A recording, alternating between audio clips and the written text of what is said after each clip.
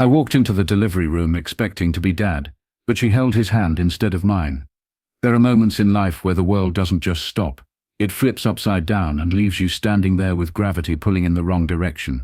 That was me the second I opened the hospital door. I'd been pacing those hallways for hours, rehearsing in my head what I'd say to her when it was over. "You did it. I'm so proud of you. We're a family now." I'd imagined tears in my eyes when I first heard our child cry. Imagined the warmth of her fingers squeezing mine through the pain. The first photo of us three together, all of it rehearsed, all of it waiting, hanging in the air like a promise. But when the nurse finally waved me in and I pushed through the door, she wasn't looking at me. She wasn't reaching for me. She was clutching his hand, my brother's, her fingers locked so tightly around his that her knuckles had gone white. I froze, half inside the room, half out. Machines beeped. The doctor barked instructions. Nurses bustled around. The air smelled of antiseptic and sweat and fear. And in the middle of it all, there she was, the woman I thought I knew, the woman carrying what I thought was our child, gasping, screaming, holding not my hand but his. He looked up at me, just for a second, and the look in his eyes wasn't guilt. It wasn't even surprise. It was something worse, acceptance, like he already knew this was his place, not mine. I swear I felt something inside me crack. I stepped fully into the room, but no one moved to make space for me. The doctor barely glanced at me. The nurses didn't acknowledge me. She didn't even look my way. She cried out, squeezing his hand tighter, and he leaned down, whispered something into her ear that made her nod, even in the middle of agony. I wanted to shout, to grab his arm, to demand answers, but what would that have done? In that moment, I wasn't just a man watching his wife give birth. I was a man realizing in front of strangers and sterile lights that I might never have been the father at all. The baby came quickly after that. A rush of motion, a cry so piercing it cut through everything else. I thought I'd feel joy, no matter what, that even if something was wrong between us, hearing that cry would undo it. But when they lifted the baby up, when she sheet out with trembling arms, she didn't look at me once. She turned to him, smiled through tears, and whispered, "We did it. We, not her and me, her and him." The nurse asked if I wanted to cut the cord. For a second, my chest filled with hope. Maybe I'd been imagining it. Maybe I was still the father. But before I could step forward, she shook her head. "He'll do it," she said, nodding toward my brother. And he did, hand steady, jaw tight, like he'd been waiting his whole life for that moment. I stood there, useless, my hands hanging at my sides. Not husband, not father, just a spectator. The doctor congratulated them. The nurses cooed over the baby, congratulated her, congratulated him, and I may as well have been invisible. When it was over, when the chaos settled, I finally found the courage to speak. My voice cracked when I said her name. She turned her head slowly, finally looking at me, and in her eyes I saw it. The truth I had been too blind to see. "This isn't what you think," she whispered, though the way she clutched him said otherwise. But I wasn't stupid. I wasn't blind. I had been living in denial for months, ignoring the late nights, the secretive texts, the way she flinched when I touched her belly sometimes. I told myself it was stress, hormones, fear. I convinced myself every little red flag was nothing. But standing there in that hospital room, the truth was undeniable. The baby wasn't mine. And worse, the entire room knew it. The nurses, the doctor, probably even the receptionist outside. Everyone except me. I stumbled out of that room, the sound of the baby's first cries following me down the hallway like a ghost. My chest ached. My legs felt heavy, but I didn't stop until I reached the parking lot. The cold night air hit me, but it didn't cool the fire burning in my gut. I sat in the car for hours staring at the steering wheel trying to process. The memories flooded in, her laughter when we picked out baby names, her hand guiding mine to feel the first kick, the way she'd said our child over and over. Lies. Every single one. And him. My brother. The man I'd trusted more than anyone. The man who'd stood by me at our wedding, who'd toasted to our future, who'd sworn he'd always have my back. His hand was the one she clutched. His ear was the one she whispered into. His child was the one I had been preparing to call mine. I thought about driving to his house, about pounding on his door, until my fists bled. I thought about storming back into the hospital room, and dragging him out by the collar. But I didn't, because rage in the moment wouldn't fix anything. What I needed wasn't rage. It was clarity, and clarity takes time. So I went home. Alone. I walked into the nursery we'd painted together. The soft yellow walls. The crib we'd assembled on a Saturday afternoon. The stuffed animals lined neatly on the shelf. I sat in the rocking chair, the one I thought I'd be using to soothe my child, and I let the silence swallow me. Every creak of that chair felt like a countdown to what I didn't know. The next morning my phone buzzed. A message from her. Just 4 words. You deserve the truth. But I already knew the truth. I'd seen it in the delivery room, written in the way she looked at him, the way the world around me blurred while the two of them held each other. Still, I needed to hear it. So I agreed to meet. And that's when the second part of the story began. Because betrayal doesn't end in the delivery room. That's just where it was born.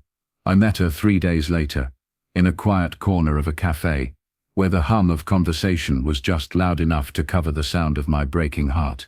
I almost didn't go. For those 3 days, I'd lived in a haze, barely eating, barely sleeping, replaying that delivery room scene over and over, until it felt like a film loop stitched into my skull. Every time I closed my eyes, I saw her reaching for him, not me. Every time I heard silence, it was filled with the sound of our baby's first cry, and his hand cutting the cord. When she walked in, she looked exhausted, hair tied back messily, skin pale, but she still had that glow, the one people always say new mothers have, and I hated myself for noticing it, for thinking she looked beautiful even as my chest burned with betrayal. She sat down across from me, clutching her coffee cup like it was the only thing tethering her to the ground. I owe you honesty, she said. I laughed bitterly. Little late for that, don't you think? Her eyes filled with tears, but I didn't feel sorry. Not anymore. She told me everything then. How it started with him months before, while we were still trying to conceive. How one night a fight between us had pushed her into his arms. How it became a secret she couldn't stop. How she convinced herself she loved him even while marrying me. And then finally how she realized she was pregnant, and knew in her heart the baby wasn't mine.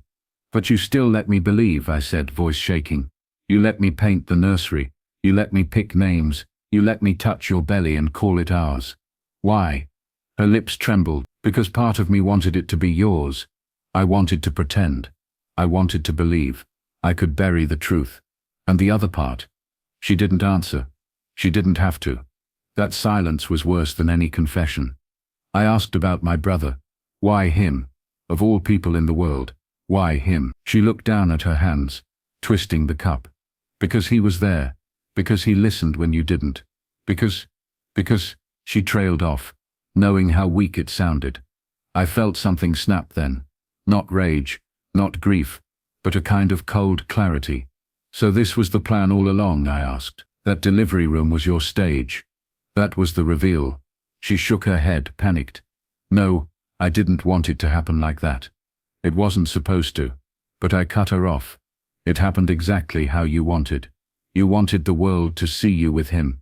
You wanted me erased. Her tears fell then, dripping into her coffee. But I didn't reach across the table. I didn't comfort her. Because for the first time in years, I realized her pain wasn't mine to carry anymore. When I left that cafe, the air felt different, sharper, like I'd finally stepped out of the fog. But the hardest part was still ahead. My family. How do you tell your parents that their grandchild isn't theirs, that their son and daughter-in-law are liars, and their other son, the one they'd trusted, the one they'd praised, is the man who betrayed them both? I didn't have to, because the story got there before me.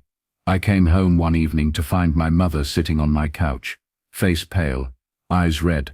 She had already heard. She asked me if it was true, if the baby wasn't mine, and when I nodded, she broke down in tears, not just for me but for the family she thought she had. My father was angrier. He called my brother a disgrace, spat words I'd never heard him use before. But even his fury couldn't fix what was broken. Our family dinners stopped, holidays became fractured. Half the family refusing to sit in the same room as him, the other half avoiding the subject altogether. And my brother, he never apologized. Not once. He showed up at my door one night, bold as ever, asking to talk like men. I let him in. Not because I wanted to hear him out, but because I wanted to look him in the eye and see if he carried even an ounce of guilt. He didn't. He tried to justify it, saying love can't be controlled, but he and she were meant to be. I laughed in his face. You were meant to stand next to me as my brother, not take my wife. He sneered then, said I was always the one who followed the rules, always the one who played it safe, and that's why she chose him, because he made her feel alive. That was the moment I realized he wasn't just a thief. He was delusional, and the worst punishment I could give him wasn't violence, wasn't shouting. It was the truth. You think she chose you? I said quietly. She didn't choose you. She settled for you because she couldn't be honest with me. And one day, she'll do to you what she did to me. That's who she is. That's who you are. I kicked him out of my house that night. Slammed the door in his face. And with that slam I closed the door on more than just him. I closed it on the version of myself that had been blind, trusting, naive. The weeks that followed were hard. Loneliness gnawed at me. The nursery mocked me every time I passed it. Friends didn't know what to say, so most of them said nothing at all. But in that silence, I started to rebuild. I took long walks. I wrote everything down. The betrayal, the pain, the anger. I poured it into journals until the words felt less like knives and more like maps. Maps out of the maze I'd been trapped in. And slowly, clarity turned into strength. I realized something important. She had tried to write me out of the story, but I was still here. I wasn't erased. I was the one carrying the scars. Yes, but also the lessons. And scars, as ugly as they are, prove you survive. The last time I saw her was months later, at a grocery store of all places. She had the baby with her bundled up in a stroller. She looked older somehow, wearier. He wasn't with her. She saw me, froze, then whispered, "Do you want to hold her?" Her, not our, not mine, her daughter. I shook my head. "No," I said softly. "She's not mine." Tears filled her eyes, but I didn't stay to watch. I walked out of that store into the sunlight, and for the first time in a long time, I didn't feel the weight of betrayal. I felt free, because in the end, she gave me the worst pain imaginable. But she also gave me clarity, and clarity is a gift. I walked into that delivery room, expecting to be dad. I walked out, stripped of everything I thought I had. But what I found later was something stronger than fatherhood, stronger than brotherhood. I found myself, and no one, not her, not him, can ever take that away.